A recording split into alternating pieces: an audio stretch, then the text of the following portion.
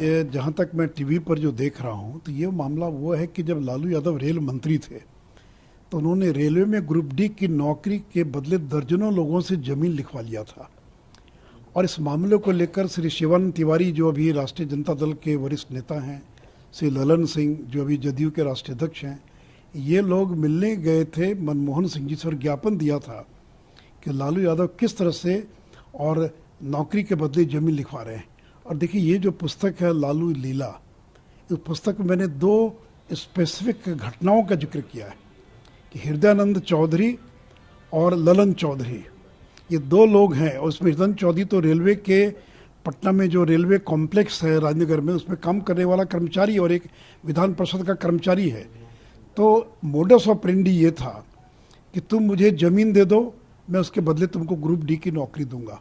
और ज़मीन कैसे लिखवाते थे? तो आज सीधे अपने नाम नहीं लिखवाते थे, तो किसी और के नाम लिखवा लिया और 5-6 वर्षों के बाद उस ज़मीन को गिफ्ट करवा लिया। क्योंकि उसी समय अगर तुरंत वो ज़मीन अपने नाम लिखवा लेते तो ज़्यादा मजबूत सबूत बन जाता। तो पहले उन्होंने ग्रुप डी की नौकरी दे दिया, ज़मीन जो था किसी तीसरे आदमी के नाम रजिस्ट्री करवा दिया और कुछ वर्षों के बाद उस आदमी से गिफ्ट करवा लिया।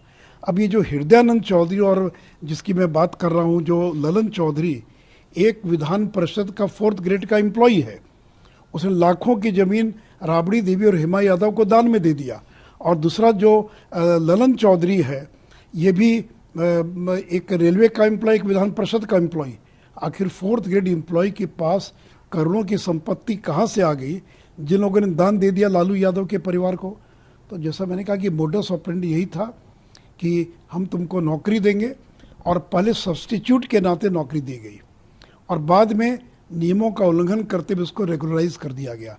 तो 1 दर्जन से ज़्यादा मामलों के बारे में शिवानंद जी ने, ललन जी ने, हम लोगों ने मामले को उजागर किया था। मुझे खुशी है कि इतने वर्षों के बाद सीबीआई जो है उसने, क्योंकि सीबीआई तो तब काम करती जब उसको पुख्ता सबूत मिलते हैं, जब उसको प्रमाण मिलते हैं।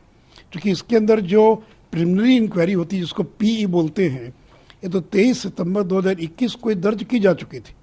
लेकिन पी दर्ज करने के बाद जब तक सीबीआई के पास पुख्ता प्रमाण दस्तावेज नहीं हो तब तक वो कोई कार्रवाई नहीं कर सकती। तो मुझे लगता है कि शायद इसी से जुड़ा सारा मामला है। और ये तो बिहार का बच्चा बच्चा जानता है कि वो कांति सिंह हो, रघुनाथ झा हो, मंत्री बनाया उसके बदले में नौकरी मकान लिखवा लिया।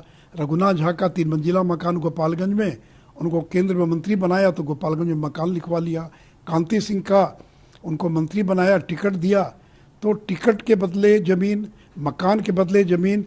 और आज लालू यादव के पास कुल मिलाकर 141 भूखंड हैं, 141 भूखंड, 30 फ्लैट और आधे दर्जन मकान के मालिक है, जिसका मैंने प्रमाण के साथ इस पुस्तक में एक संपत्ति का जिक्र किया है। तो आखिर एक चपरासी घर में पैदा होने वाला व्यक्ति 15-20 साल 25 साल में 141 भूखंड का मालिक कैसे हो गया? और तेजस्वी यादव जो अभी लंदन घूम रहे हैं वो 29 साल की उम्र में 52 से ज़्यादा संपत्ति के मालिक बन गए। तो जिनका कोई बिजनेस नहीं, जिन्होंने कोई पढ़ाई नहीं की, जिनका कोई व्यवसाय नहीं, वो 52 संपत्ति के मालिक कैसे बन गए? तो कुल मिलाकर ये रेलवे में नौकरी के बदले जो ज़मीन लिखवाने का मामला था, टीवी से लग रहा है कि उसी से जुड़े मामले पर ये कार्रवाई चल रही है। तो वो तो ये बताया नहीं कि हृदयानंद चौधरी कौन है, ललन चौधरी कौन है, और ये जो 141 भूखंड हैं, तो मैंने तो एक भूखंड का दस्तावेज प्रमाण के साथ सारा दस्तावेज दिया था और उससे कारण की सरकार चली गई थी। तो केवल बोलने से नहीं ना होगा, आपको तो कोर्ट में प्रमाणित, तो 5 मामलों में उनको सजा हो चुकी। तो आपको अगर कोर्ट ने सजा दी तो कोई जज बीजेपी का व्यक्ति नहीं ना है, आप तो हर तरह से मुकदमा लड़े।